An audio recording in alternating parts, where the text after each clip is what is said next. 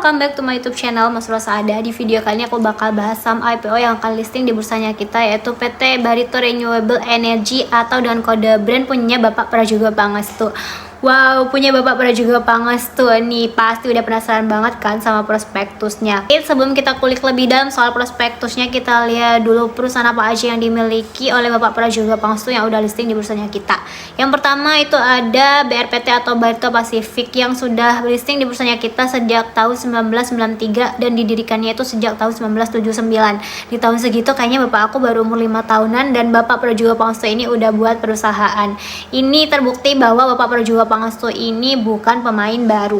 Terus yang kedua itu ada TPIA yang listing di bursanya kita itu pada tahun 2008. Dan yang terakhir yang baru aja listing itu ada Cuan baru aja listing di bulan Maret kemarin. Cuan ini adalah salah satu saham IPO tersukses sepanjang tahun 2023 karena berhasil lock ARA 4 kali, dan per video ini dibuat harganya itu udah 2.930-an dari harga listing Rp220, yang itu berarti kenaikannya itu sekitar 1.200%. Bahkan dia tuh sempat menyentuh harga tertingginya di 3.400-an, yang itu berarti kenaikannya itu sekitar 1.400%. Wow, hanya dalam kurun waktu 6 bulanan kita bisa untung lebih dari 1.000% dari sahamnya Bapak Prajogo Pangestu. Apakah brand akan mengikuti jejaknya Cuan? Kita lihat aja nanti. Oke, langsung aja kita lihat prospektusnya. Jadi brand ini berdiri di tahun 2018. Kegiatan usahanya itu adalah aktivitas perusahaan holding dan aktivitas konsultasi manajemen lainnya. Ini mirip sama AMMN ya, dan ada beberapa juga kemiripan dengan AMMN. Salah satunya yaitu underwriternya yaitu NI atau BNI Sekuritas. Nanti di akhir aku akan kasih overview track recordnya BNI Sekuritas dalam mengawal saham IPO. Nah, si brand ini kan perusahaan holding yang mengelola anak-anak usahanya yang menghasilkan green energy dengan memanfaatkan panas bumi. Ini dia anak-anak usahanya si brand. Nah, si brand ini punya anak usaha langsung Star yang punya kapasitas panas bumi terpasang terbesar di Indonesia dengan total kapasitas terpasangnya itu 886 MW atau 38% pangsa pasar Indonesia. Yang itu berarti Star ini adalah pemimpin pasar di sektornya. Gak cuma itu, Star ini adalah top 5 terbesar di dunia di sektornya. Menurutku, sektor clean energy ini lagi bagus banget karena lagi digaungkan di mana-mana. Pemerintah juga sangat mendukung. Kemarin baru aja nih IDX juga meluncurkan bursa karbon khusus untuk renewable energy. Potensinya brand ini sangat luar biasa. Ini juga cocok untuk investasi jangka panjang. Apalagi baru-baru ini pemerintah juga udah mulai ekspor listrik ke Singapura, dimana Singapura ini kan role modelnya negara maju yang maunya listriknya itu dari green energy. Ini akan sangat menarik kalau nanti brand berhasil menjual listriknya langsung ke end user seperti yang dilakukan oleh POWR. Oke, lanjut aja kita lihat struktur pemegang sahamnya. Di sini kalau kita lihat pemegang sahamnya itu 91% dikuasai oleh keluarga Pangestu. Karena di sini ada Barito Pacific atau BRPT yang memegang sebesar 66,67% dan ada Green Era Energy PE Ltd ini memegang 24,33%, yang dimana main behind-nya itu adalah keluarganya Pangestu. Oh ya, untuk jumlah karyawannya brand ini 0 karena jumlah karyawannya itu ada di Star dengan total jumlah karyawan itu 647 orang. Di sini normal ya jumlah karyawannya seperti perusahaan aktif lainnya. Well, lanjut aja kita langsung lihat kinerja keuangan dari si brand ini. Perusahaan punya Bapak Prajogo Pangestu ini kira-kira kinerja keuangannya bagus nggak ya? Kalau dari segi pendapatan, di tahun 2020 pendapatannya itu sebesar 520,6 juta US dollar. Terus di tahun 2021 itu 537,4 juta US dollar, dan di tahun 2022 pendapatannya itu 569,8 US dollar.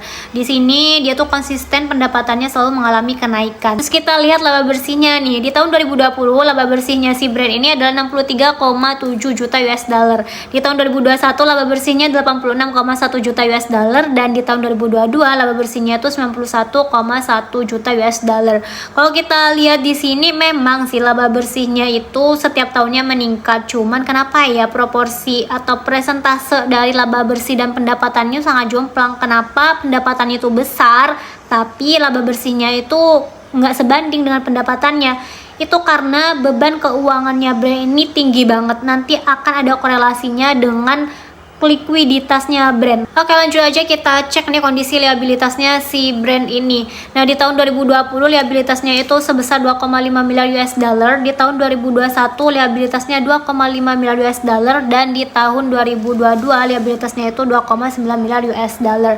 Memang sih liabilitasnya sangat mengkhawatirkan, apalagi DER-nya itu 6 kali atau 600%. Tapi kalau kita lihat di sini liabilitasnya itu paling besar porsinya di hutang jangka panjang yang digunakan untuk modal usaha. Jadi menurut aku kalau kita korelasikan dengan potensi yang dimiliki si brand, kalau manajemennya itu berhasil menjalankan usahanya dengan tepat dan benar, menurut aku kondisi DER ini tidak terlalu krusial, tidak terlalu mengkhawatirkan. Next kita lihat di jumlah asetnya. Di sini untuk jumlah aset lancarnya di tahun 2020 itu sebesar 438,1 USD, terus 2021-nya itu 521,2 USD, dan di tahun 2022 itu 503,9 USD.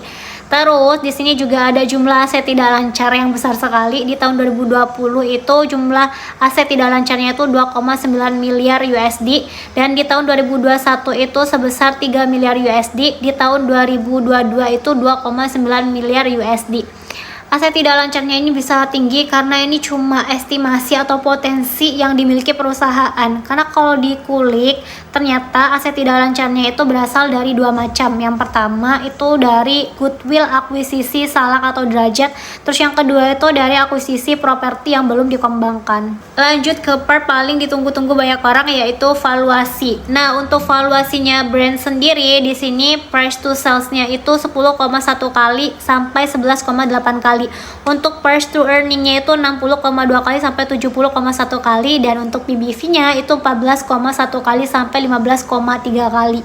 Wow, harganya cukup tinggi ya, premium sekali. Apalagi kalau kita bandingkan dengan PGEO, saham sesektor dengan anak usaha langsungnya yaitu Star. Di sini untuk price to share-nya PGEO itu 9,6 kali, terus untuk price to earning-nya itu 21,5 kali, dan untuk PBV-nya itu 2,1 kali.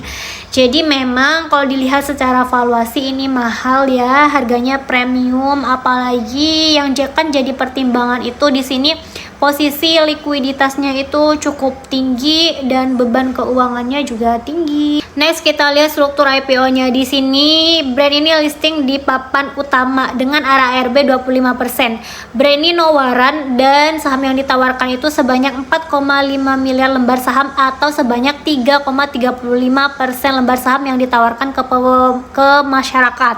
Terus harga yang ditawarkan itu di harga 670 sampai 780 rupiah. Dana yang diincar oleh brand ini 3,5 triliun. Underwriter-nya itu BNI Sekuritas atau NI. Nah, di sini track record-nya NI dalam mengawal saham IPO, aku kasih beberapa contohnya nih. Ada Eral. Ini hari pertamanya ditutup hijau, terus ada Arko di hari pertama itu ditutup merah, dan ada nih AMMN itu di hari pertama ditutup hijau tipis. Tapi menurut aku AMMN ini nggak bisa dijadikan patokan karena dia tuh selain IPO jumbo, ini juga underwriter-nya itu keroyokan bareng-bareng. Jadi nggak bisa sih dijadikan patokan. Tapi so far sih menurut aku NI ini selama mengawal saham IPO itu bukan tipe-tipe underwriter yang kalem, lock ara terus diem aja, itu enggak. Dia tuh benar-benar yang lumayan sadis ya, kayak naik turunnya Eral itu juga lumayan harus dijaga.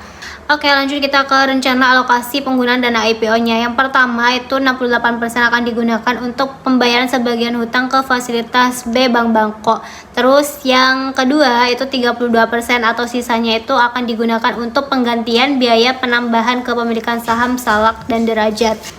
Nah, kesimpulannya dari aku, di sini aku pribadi akan memanfaatkan momentum IPO-nya Bre. Jadi artinya aku akan ikut IPO-nya Bre ini. Namun hal yang membuat aku agak ragu itu adalah valuasi dan hutangnya terlalu tinggi. Jadi kemungkinan aku tidak akan full power ya.